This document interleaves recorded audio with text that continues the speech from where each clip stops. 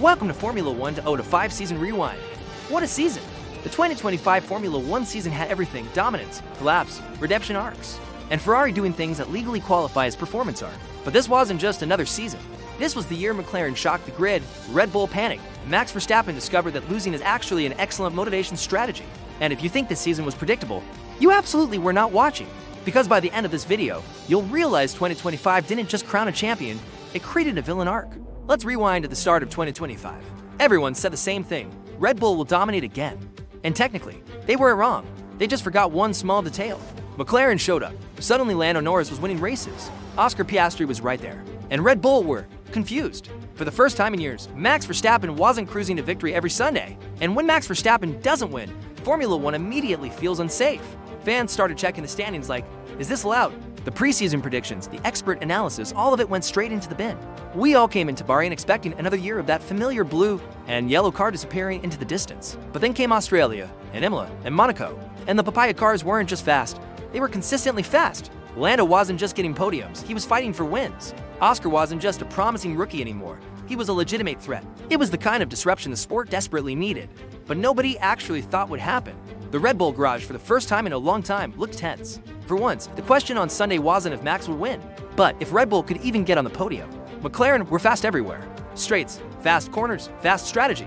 Shockingly competent. Yes, McLaren's strategy actually made sense. Lando led the championship, and suddenly every neutral fan on the internet owned a McLaren hoodie. And Red Bull, they brought upgrades. The upgrades did not bring hope. The gap stayed, the pressure grew, and Red Bull fans remembered what stress feels like. Remember those days. The car that was a rocket ship a year ago was now a car that other fast cars could now be. Basically slow. The invincibility was gone. McLaren went from being the lovable midfield team to the apex predator. And it happened so fast. Nobody, not even them, seemed fully prepared for it. And Max Verstappen, very rarely, sounded annoyed. Then it happened. Max dropped to fourth in the championship. Fourth. Social media collapsed. The era is over. Red Bull are finished, but you just knew this wasn't the end of the story. This was the turning point. Because a comfortable Max is fast, but a disrespected corner Max, that's something else entirely. And Max went on rage mode, winning back-to-back races for Red Bull, making a comeback into the Drivers' Championship. The gap to Lando, which had looked like a comfortable cushion, started deflating. Every point mattered. Every mistake was magnified. The comeback was on. Now, while all of this was happening, Ferrari were on their own journey. Lewis Hamilton joined Ferrari with expectations higher than their pit wall radio volume, and for a brief moment, it looked promising. Then strategy happened. Hamilton would qualify well, race hard, and finish in a position that made nobody happy. You had the arrival of a 7-time world champion, the hopes of the Tifosi, the beautiful red car that, on a Saturday, looked like it could challenge anyone.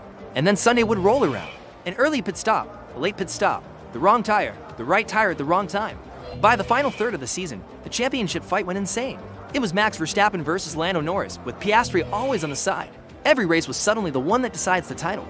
There were penalties, safety cars, strategy gambles. McLaren with to DNFs to Las Vegas GP, and Max winning it, and moving from deficit of 100 for points to just 12 to reach championship final at Abu Dhabi. This wasn't racing anymore. This was emotional damage. Then came the Abu Dhabi finale, to teams, 3 drivers, all fighting for world championship. Every lap felt longer than the off-season, and when the checkered flag fell, Max Verstappen gave it all. He won the finale race at Abu Dhabi, but lost the championship by 2 points to Lando Norris. McLaren had done it. They were champions. By the points. Yes, Math won the championship. It set the stage for a finale that couldn't have been scripted better. The explosion of joy in the McLaren garage, the roar of the crowd. Lando Norris, Constructors champions. They had climbed the mountain. They had beaten the final boss. That was the 2025 Formula 1 season. Unpredictable, chaotic, unforgettable. Comment below, was this the best season since 2021? And subscribe, because 2026 already feels personal.